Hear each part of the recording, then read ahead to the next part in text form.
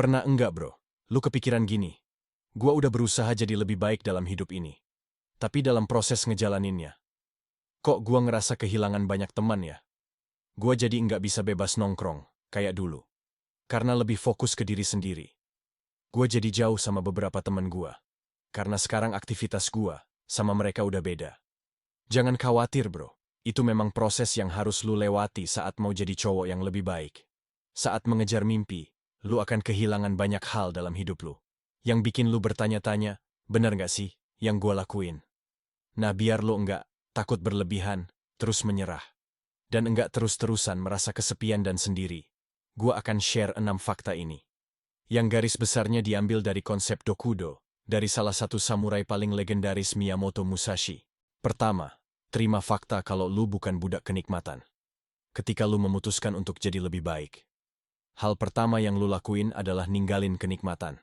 Kenikmatan kosong yang cuma sekedar enak, tapi enggak ada manfaatnya. Hal-hal yang hubungannya sama kecanduan, pemborosan, kesenangan sesaat, bakal tinggalin. Celakanya, kebanyakan orang itu adalah budak kenikmatan sesaat bro. Saat lo memutuskan untuk ninggalin hal itu, juga akan kehilangan orang-orang tadi. Misal nggak akan lagi sering mabar game berjam-jam sambil nongkrong, karena lebih milih buat olahraga dan belajar. Orang yang suka mabar sambil buang-buang waktu lebih banyak bro, daripada orang yang mau olahraga dan belajar. Nggak perlu takut bro, kehilangan di jalan perjuangan pasti akan diganti oleh sesuatu yang lebih baik. Kedua, lo bukan budak perasaan. Rasa sendiri, terasing, kehilangan, itu berat banget bro. Tapi di satu sisi lu juga wajib sadar itu cuma perasaan. Kontrol perasaan lu bro. Lu adalah pria kuat. Yang jadi master atas perasaan lu. Enggak kayak kebanyakan pria, yang emosional yang hidupnya dikontrol sama perasaan. Kalau lagi ngerasa mau, dilakuin, kalau lagi ngerasa malas ditinggalin. Makanya cuma sedikit orang yang sukses. Karena cuma sedikit yang bisa mengendalikan perasaan. Dan gua yakin lu adalah satu dari pria yang sedikit itu bro. Ketiga, lu bukan budak penyesalan di masa lalu. Banyak cowok yang gak bisa berjuang, gak bisa jadi lebih baik karena mereka dihantui sama penyesalan gelap di masa lalu. Gak bisa maju, karena dihantui sama kehilangan, kegagalan, dan trauma. Makanya seumur hidup cuma gitu-gitu aja. Bro, masa lalu itu memang berat membayang-bayangi hidup. Tapi lo sadar, lo adalah pria yang fokus ke masa depan. Yang sudahlah terjadi. Lo paham dan pelajari kesalahannya. Tapi lo gak akan pernah membiarkan masalah lo bikin lo jadi nggak berkembang. Keempat, lo bisa menaklukkan kecemburuan, kebencian, dan iri hati. Lo sadar enggak sih bro, banyak orang bareng-bareng berteman, berkelompok, itu dasarnya bukan kebaikan. Tapi kebencian dan kecemburuan. Lo ngegeng, berteman, karena pengen ngehit seseorang atau bersatu buat ngejatuhin orang lain. Karena dasarnya kebencian. Pertemanan kayak gitu secara nggak sadar justru bakal bikin lo nantinya saling khianati, saling nikung, saling nipu satu sama lain. Lo udah fokus sama diri sendiri, udah fokus sama tujuan hidup. Jadi nggak ada waktu buat bergosip dan nge-hate orang lain. Wajar kalau lo nggak nyambung lagi sama banyak orang, tapi jangan khawatir bro.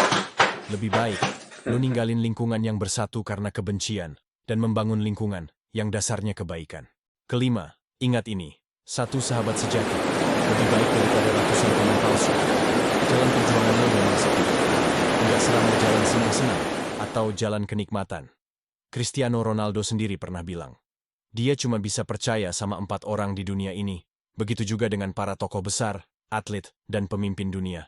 Sahabat mereka nggak banyak, tapi benar-benar terseleksi. Jangan takut sepanjang lo konsisten di jalan perjuangan. Lo pasti bakal ketemu sahabat sejati, yang sama-sama punya visi dan misi yang sejalan sama cita-cita mulia lo. Keenam, sadar teman terbaik adalah diri sendiri. Lo nggak akan ngerasa kesepian saat lo sudah bisa berteman sama diri sendiri. Berteman dengan diri sendiri itu artinya, nggak cuma mager di rumah seharian, rebahan main HP sambil males-malesan. Enggak, itu namanya no life bukan? Berteman sama diri sendiri. Berteman sama diri sendiri itu, artinya, lo bisa paham, ngerti, sama diri lo saat lo ngerasa down. Lu bisa nyemangatin diri lo sendiri. Saat lagi sedih, lu tahu apa yang harus lo lakukan buat mengusir kesedihan. Saat lelah, lo paham gimana cara yang baik buat mengistirahatkan diri lo, dan lo juga bisa nge-push mendorong diri lo, buat selalu disiplin dan konsisten. Cara berteman dengan diri sendiri, gimana banyak-banyak introspeksi diri. Ngobrol sama diri sendiri, pas lagi sendirian. Jangan megang HP, tapi tulis. Tanya. Ngobrol sama diri lu sendiri. Bisa lewat cara journaling meditasi self-relaxation. Intinya saat sendirian, jangan fokus ke hal lain. Jangan fokus sama HP, tapi fokus ke diri lu. Kalau lu mau tahu cara lebih ampuh buat berteman sama diri sendiri, jadi sahabat terbaik buat diri lu sendiri. Tulisin buku catatan perjuangan buat lu.